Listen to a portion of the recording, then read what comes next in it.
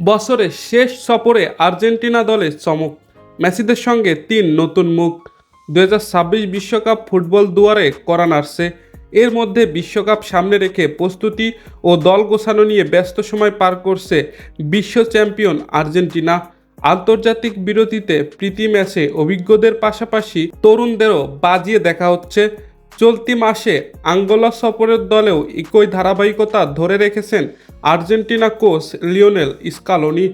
নভেম্বরে অ্যাঙ্গোলার বিপক্ষে প্রীতি ম্যাচের জন্য ঘোষিত ২৪ সদস্যের দলে ৩ জন নতুন মুখকে রেখেছেন স্কালোনি।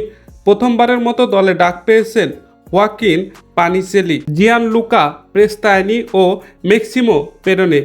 পাশাপাশি ফিরেছেন ভ্যালেন্তিন বার্কো। তবে এই সফরের জন্য অনুমেয়ভাবে বিশ্রাম দেওয়া হয়েছে গোলরক্ষক এমিলিয়ানো মার্টিনেজকে।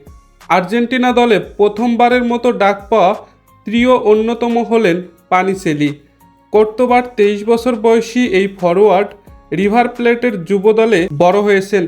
এখন তিনি জীবনের সেরা মৌসুম কাটাচ্ছেন ফরাসি ক্লাব রেসিং ত্রাসবুর্গের হয়ে। মাত্র ১৯ বছর বয়সী প্রেস্তায়ানি ছিলেন আর্জেন্টিনার অনূর্ধ্ব-২০ বিশ্বকাপ দলের অন্যতম তারকা। দর্শক, খেলাবাজির ভিডিও এ পর্যন্তই। ভিডিওটি ভালো লাগলে লাইক করুন আর নিয়মিত খেলার আপডেট ভিডিও পেতে আমাদের সাথেই থাকুন।